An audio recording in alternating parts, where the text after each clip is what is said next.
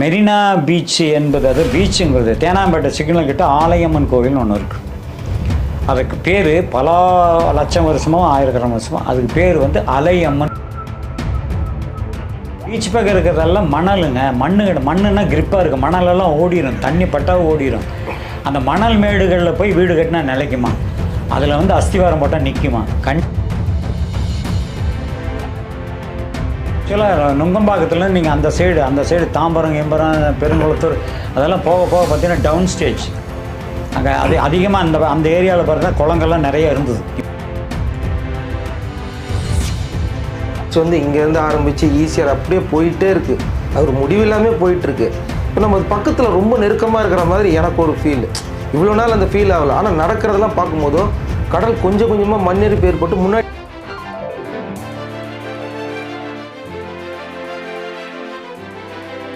லேட்டரில் வந்து அந்த மேற்கு தொடர்ச்சி மலையை பற்றி எதாவது பேசியிருக்காங்களா சார்? மேற்கு சொல்ல அவங்க சொல்கிறது மலைப்பிரதேசங்கள் எல்லாமே வந்து சரியாக ஆரம்பிக்குங்கிறாரு மொத்தம். அது எங்கே உலகம் பூராமே மலைப்பிரதேசங்கள் சரி. அந்த மலைப்பிரதேசம் ஏன் சரியுது? நம்ம பண்ணுற தப்பு தான். நான் சொன்னேன் ஏற்கனவே, மண்ணெல்லாம் தோன்றது, பாறையை உடைக்கிறது. அப்போ மழை அதிகமாக பெய்யும்போது என்ன ஆகும்? அவ்வளோதான். ஸோ வருண பகவான், அதாவது நீர், நிலம், நெருப்பு, காற்று, ஆகாயம், இந்த எல்லாமே ஒன்று சேர்ந்து செயல்பட நம்ம ஒன்றும் தாங்க முடியாது. ஸோ மழை பெய்யும் பொழுது அதிக தண்ணி வரும்பொழுது ஆட்டோமேட்டிக்காக மண்ணெல்லாம் கரைஞ்சி ஓட ஆரம்பிக்குது. அதனுடைய விளைவு தான் வயநாடெல்லாம். இது மலை பிரதேசங்கள் அதிகமாக நடக்குது. மெயின் காரணம், ஒரு பக்கம் விழுகிற மழை சிறு சிறு ஓடைகளாக வந்து பெரிய ஆறாக மாதிரி பூரா அரிச்சு எடுத்துகிட்டு வந்துடும். அதனுடைய விளைவு தான் அது. ஆனால் இத்தனை உயிர்கள் போகும்னு நீங்கள் எதிர்பார்த்தீங்களா சார்? யாருமே எதிர்பார்க்கல. இது கம்மிங்கிறேன். இது ட்ரெய்லர் நான் சொல்கிறேனே, இது ட்ரெய்லரு. மெயின் பிக்சர் இனிமேல் தான். ஆக நம்ம வந்து நவம்பர் டிசம்பர் இப்போ இந்த மந்த் அக்டோபர் ஆரம்பித்தா நம்மளாம் கேர்ஃபுல்லாக இருக்கணும். அதிக மழை, அதிமிதமான காற்று, அதிமித வெயில் எல்லோரும் நம்ம பார்த்து தான் ஆகணும். இது நடந்தே தீரும். வானத்துலேருந்து எரி நட்சத்திரங்கள்லாம் விழுகுமா. அதனால் வந்து இன்னொன்று கூட சொல்லும்போது அதையும் கூட கிண்டல் பண்ண, ஓசோனுங்கிறது நம்மளுக்கு ஒரு லேயர். அது ஒரு பாதுகாப்பு படலம். அதையே நம்ம வந்து இந்த ராக்கெட்டு இதெல்லாம் விட்டு அதுக்கு வந்து அந்த லேசரையே வந்து பாதிச்சிருக்குது. இதெல்லாம் விட்டு ராக்கெட்டு கோள்களெல்லாம் விட்டு போயிடுச்சு. இதெல்லாம் வந்து நம்ம செய்கிற பெரிய தவறு அது. ஸோ ஓசோன் மண்டலம் வந்து பூமிக்கு ஒரு பாதுகாப்பு மண்டலம். அதையே நம்ம வந்து சீரழிச்சிட்டோம். அதனால தான் இந்த வெயிலெல்லாம் அதிகம், மழை அதிகம், எங்கே காற்றடிக்குது, எங்கே மழை இது யாரும் சொல்ல முடியாது. சயின்டிஸ்ட் சொல்லுவாங்க, வானிலை அறிக்கை என்ன சொல்லுவாங்க, மழை வரும்னு ஒரு க்ளூ அவங்க அந்த மேகங்களுடைய போக்கத்தை வச்சு சொல்லிடுறாங்க. பட் இந்த மழை வந்து சென்னையில் தான் பெய்யும். அதுவும் சென்னையில் கோடம்பாக்கத்தை போய் சொல்ல முடியுமா? முடியாது. காற்று எந்த பக்கம் வேணாலும் போகும். சென்னையிலன்னு சொல்லுவாங்க, ஒரிசாவில் போய் பேஞ்சிட்ருக்கும். ஸோ அது வந்து இயற்கையை நம்ம கண்ட்ரோல் பண்ண முடியாது. இயற்கை இப்படி இருக்குன்னு ஒரு க்ளூ தான் கொடுக்க முடியும் வானிலை. ஆனால் நம்மளால் அதை வந்து கண்ட்ரோல் பண்ண முடியாது. அது செய்கிறது செஞ்சே தீரும். என்னை பொறுத்த வரைக்கும் மனிதநேயத்தோடு மனிதன் மதித்து, இயற்கையை மதித்து வாழ்ந்தாவே போதும். அதே கடவுள் தான். அதாவது இயற்கையோடு ஒன்றி வாழும்போது நீங்கள் எல்லாமே தெரிஞ்சுக்குவீங்க. இது பண்ணக்கூடாது, இது பண்ணணும். அது பண்ணாமட்டாவே வந்து கடவுள் நம்ம பக்கம் வந்துடுறாரு. நம்ம நல்லா தான் இருக்கும். இப்போ வந்து உலக அளவில் பார்த்தீங்கன்னா நம்மளுடைய சென்னையில் இருக்கிற மெரினா பீச் ஒரு முக்கியமான பங்கு வகிக்குது. இப்போ சமீப காலத்தில் எல்லாரும் சொல்லிக்கிட்டு இருக்காங்க, சென்னைக்கு வந்து பேராபத்து கண்டிப்பாக இருக்கிறது. இல்லை, அது சித்தரேட்டில் ஏற்கனவே நான் உங்கள் இன்டர்வியூவில் நான் சொன்னேன். என்னன்னா இந்த ஆண்டில் வந்து அவர் என்ன சொல்கிறாருன்னா, பல ஆயிரம், அது 10,000 20 வருஷமோ தெரியல, மெரினா பீச் என்பது அது பீச்சுங்கிறது தேனாம்பேட்டை சிக்னல் கிட்ட ஆலயம்மன் கோவில்னு ஒன்று இருக்குது. அதுக்கு பேர் பல லட்சம் வருஷமோ ஆயிரக்கணக்கான வருஷமோ அதுக்கு பேர் வந்து அலையம்மன் கோவிலாம். அப்போ அது வரைக்கும் பீச் இருந்திருக்கு. தேனாம்பேட்டை சிக்னல் வரைக்கும் பீச் இருந்திருக்கு. அப்போ இருந்த ஃபிஷர்மேன், மீனவர்கள் எல்லாம், அந்த குடும்பங்கள்லாம் சேர்ந்து கட்டின கோயில் தான் அலையம்மன் கோவிலாம். அது ஒரு தரம் ஒரு பெரிய பிரளயம் வந்து அரபிக்கடல் பொங்கும் பொழுது இங்கே வந்து வங்காளிகளோட ரிவர்ஸ் அது பொங்குது, இது ரிவர்ஸ் போகுது. ரிவர்ஸ் போனது இன்றைக்கி மெரினா பீச்.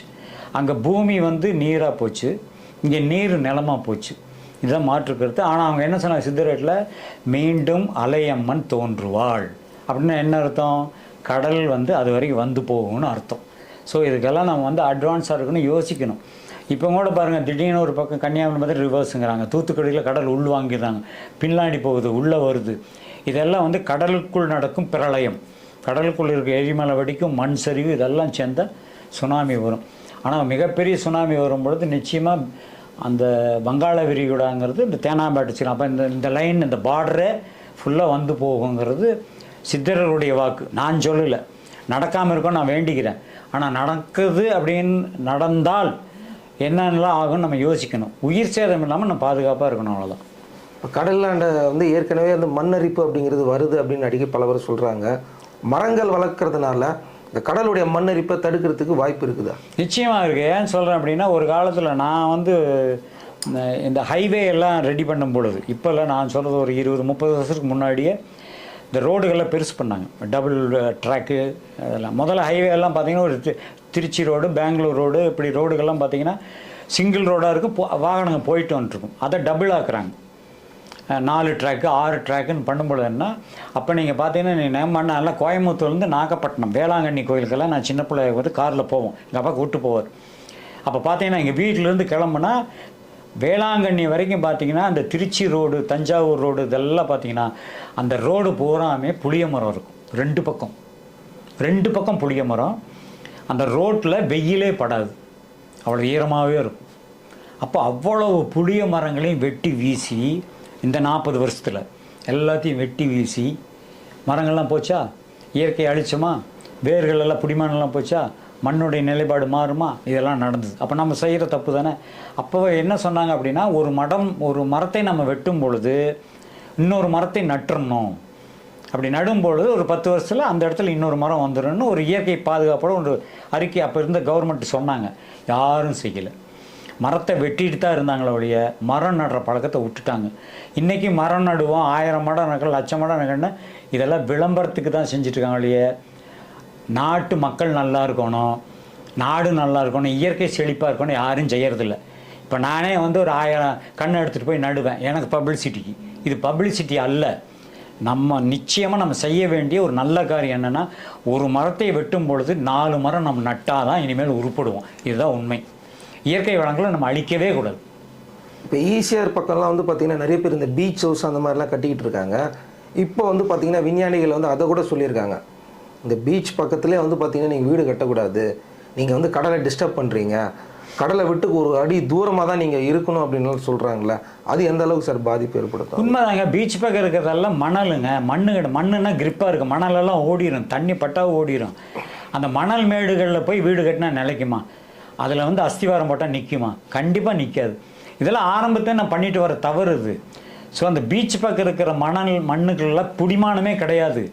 அது கடலோடு இணைந்த ஒரு, நான் முதல்ல சொன்ன மாதிரி தேனாம்பட்டை வரைக்கும் பார்த்தீங்கன்னா அந்த மண்ணெல்லாம் வந்து கீழே போக மணலாக தான் இருக்கும். ஸோ அதில் ஒரு புடிமானம் கிடையாது. நீங்கள் என்ன காங்க்ரீட் போட்டு கட்டினாலும் நிற்காது. மண் கொஞ்சம் அப்படி பிசகுச்சுன்னா காங்க்ரீட்டே கீழே விழுந்துடும். ஸோ இதெல்லாம் எதுக்கு சொல்லணும்னா, இந்த பீச் பக்கம் மலை மேலே, மலை அடிவாரம் கூட ஒத்துக்கலாம், மலை மேலு, மலை அடிவாரம் கூட அப்படின்னா நீரோட ஓடி பெரிய ஆறாக வந்ததுன்னா அடிவாரம் காலி. ஸோ இந்த மாதிரி இடங்களில் வந்து நம்ம வந்து கேர்ஃபுல்லாக அந்த வீடு கட்டுறது, இந்த பாதைகள் போடுறது, கடை வைக்கிறது, கண்ணி வைக்கிறது, ரெசார்ட் ஓப்பன் பண்ணுறது, இதெல்லாம் விட்டுறணும். இதுதான் மிடில் பண்ணுங்கள். எல்லாமே நம்ம உள்பக்கமாக பண்ணணும். அந்த இயற்கை எங்கெங்கெல்லாம் வளமாக இருக்குதோ அதை அழிக்கவே கூடாது. அது பீச் ஆனாலும் சரி, மலையானாலும் சரி. இப்போ ஏற்கனவே வந்து பார்த்திங்கன்னா கடந்த நவம்பர் டிசம்பரில் சென்னையில் முக்கால்வாசி தண்ணி தான் இருந்தது பெஞ்ச மழைக்கு வந்து. இப்போ திரும்பவும் வந்து பார்த்திங்கன்னா இந்த மாதிரி மழை வரும்போது கடலில் இருக்கிற தண்ணியெல்லாம் வெளியில் வரும், இது வந்து இன்னும் பெரிய ஆபத்தை ஏற்படுத்தும் அப்படின்னு சொல்கிறாங்க. ஸோ இப்போ சென்னை கடலுக்கு உள்ளே நெருங்கிறதுக்கும் இந்த மழைக்கு என்ன சார் சம்பந்தம்? அதாவது கண்டிப்பாக அந்த காலங்கள் எல்லாம் பார்த்திங்கன்னா உண்மையிலே நல்ல யோசனை. ஒரு ஊருன்னு எடுத்துக்கிட்டார், ஒரு ஊர் ஒரு 3 கிலோமீட்டர் சர்க்கிளில் ஒரு ஊருன்னு வைங்களேன். கண்டிப்பாக அந்த ஊருக்கு ஒரு குளம் இருக்கும். அந்த குளத்தில் எப்பவுமே தண்ணி இருக்கும். ஏன்னா அந்த தண்ணி ஊற்று தான் அந்த கீழே போய் மண் இறுகு பண்ணிக்கிட்டே இருக்கும். புரிஞ்சுதா? மண் இறுக்கமாகிறதுக்கு நீர் வேணும். அதிக நீரானால் கரைஞ்சிடும். நீர் ஓரளவு இருந்துக்கிட்டே இருந்ததுன்னா அது இறுக்கமாகவே இருக்கும். இப்போ எங்கேயாவது குளம் பார்த்துருக்கீங்களா? எங்கேயாவது? அந்த காலத்தில் கோயில் அப்படின்னா கண்டிப்பாக குளம் கட்டுவாங்க. ஏன்னா அந்த கோயில் தான் சென்டர். அந்த கோயில் பக்கத்துலேயே குளம் இருக்குது. அந்த குளத்துடைய வாட்டர் தான் ஃபுல்லாக சர்வே பண்ணும். மண்ணை எல்லாம் நல்லா டைட் ஆகிட்டே இருக்கும். இப்போ எல்லா குளத்தையும் அழிச்சிட்டாங்க. குளம் பூரா வீடாகி போச்சு. அப்புறம் எப்படி இருக்கும்? ஆக ஒரு தரம் மழை பெஞ்சுன்னா எங்கேயும் தண்ணி நிற்கிறதில்ல, எல்லா தண்ணியும் ஓடி கடலுக்கு போயிடுது. அப்போ மண்ணுடைய இறுக்கமெல்லாம் போயிடுது. தண்ணி கொஞ்சம் நின்று மண் இறுக்கமாயிட்டே இருக்கணும். அப்போ நம்ம வந்து குளங்களை எல்லாம் அழித்து தொலைச்சிட்டோம்.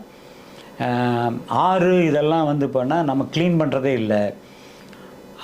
அது என்ன ஆகுது, ரொம்ப ஓவர்ஃப்ளோ ஆகும்போது சுத்தம் இல்லாதனால எல்லாம் பொங்கி பக்கத்தில் இருக்க ஊரையெல்லாம் அழித்து தண்ணியெல்லாம் உள்ளே வந்துடுது.